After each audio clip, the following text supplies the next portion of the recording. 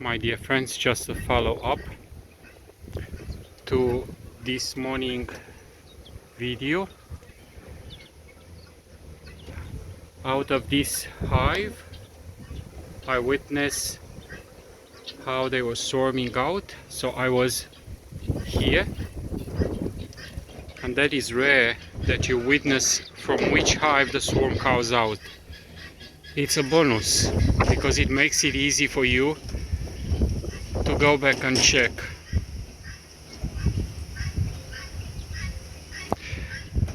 Now, as I mentioned, the swarm have landed on one of the trees nearby, and in 10 minutes they decide to come back and just went all over the hive. I have quickly brought a nuke, and as I showed you in the video, I placed it there, and I was scooping big handful of bees off the hive, hanging there just on the side with my bare hand, and just place them in the hive while looking for the queen. To my surprise, and you'll have to understand that when bees swarm, they can swarm quickly and they can be out of sight quickly. It happens while you're at work and you may not see. I have marked that queen a few weeks before, and as far as I know, she was not in the swarm I have collected this morning and put in the nuke. Instead, I have found a virgin queen. And how do I know it was a virgin? Well, it looks smaller, and when I put her in the catcher, the queen catcher, she came out through the holes, and that happens. That's normal for a virgin queen. She will go through a queen excluder easy. Now, that is one thing. So I have transferred that that swarm into my long hive, which for long have waited occupants. And I must say, you can see there, here,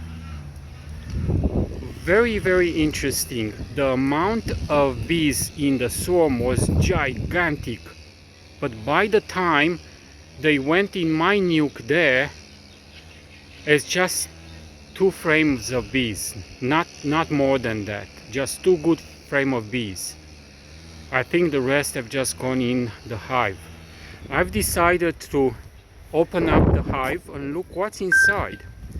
Now, you would remember from the same hive on the 7th of this month, so it's about 14 days now, I have made that split on the green polystyrene box. And there I pulled 5 frames of bees and brood from that double hive, which is extraordinarily strong, and they're doing tremendously well. They have raised 2 queen cells as an emergency, and they're just about to hatch, probably in 1 or 2 days. Remember, queen hatches about 16 days or so, depending the age of the larva they had available when they made their emergency queen cells. That's one thing. Now I pulled that aside and I start looking through, and on the top box where all of the nest was on the top box, nearly every frame had swarm cells. 2 or 3 swarm cells, possible 1 on 1 frame or so, but most 2 swarm cells on each frame. The best thing to do in that situation, rather than just destroying the queen cells, they're gonna feel the same urge and they're gonna make other queen cells, and in 10 days you'll have to check again and just chop them off and do the same and do the same. I must say, this queen was just unbelievable. She's just ballistic. I mean, I pulled 5 frames full of brood, and it was packed again in 2 weeks, to the point that they have raised more queen cells. And it is possible, I have not made the calculation exactly, if I have not made it split a little bit too late, but at the time when I looked, they didn't have queen cells. They must have just started them after I made that split or something like that in my calculation. But basically I have made more splits, and I'll show you how many. Out of this hive I made 7 splits, so there's 7 nukes out of 1.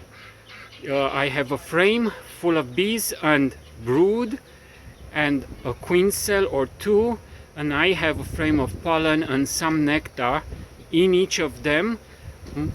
Just one split have 2 frames, all the other have 3 frames each, and it's still that mother hive which is full of well, I put 2 frames with foundation, so it has 8 frames down the bottom, still strong, and I left there a queen cell as well. It is very possible that the mother queen has swarmed out and I missed it sometime yesterday or 2 days ago, because I could not see her in spite of the fact that I have marked her.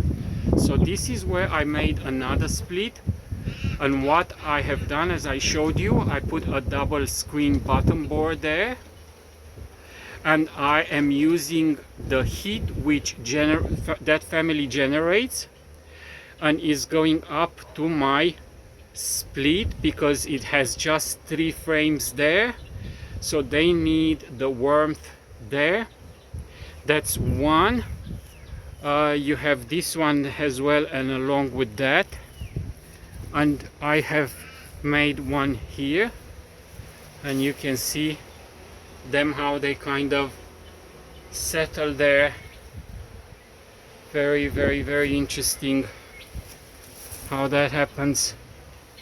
Yeah, and there's one here, and then, and as an experiment I have put 2 frames in this polystyrene box, so you can see them, and then you have this one. Well, very, very interesting. You have to just take turns. Beekeeping is fun, and you just have to get your hands on.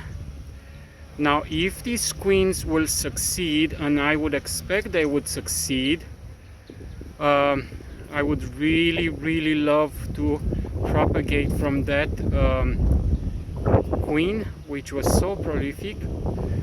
Someone might have questions about propagating or making splits from swarm cells.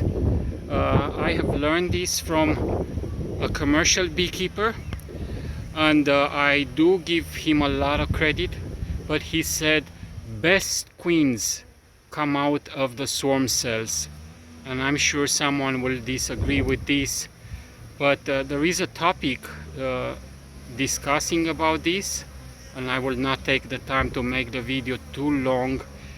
But basically you have all the best condition in such a strong hive. Nectar is coming in, the queen is present, and they can make the best queen cells in those conditions. They might have a propensity for swarming, and that is true. Some species of bees will be more prone to swarming than others, but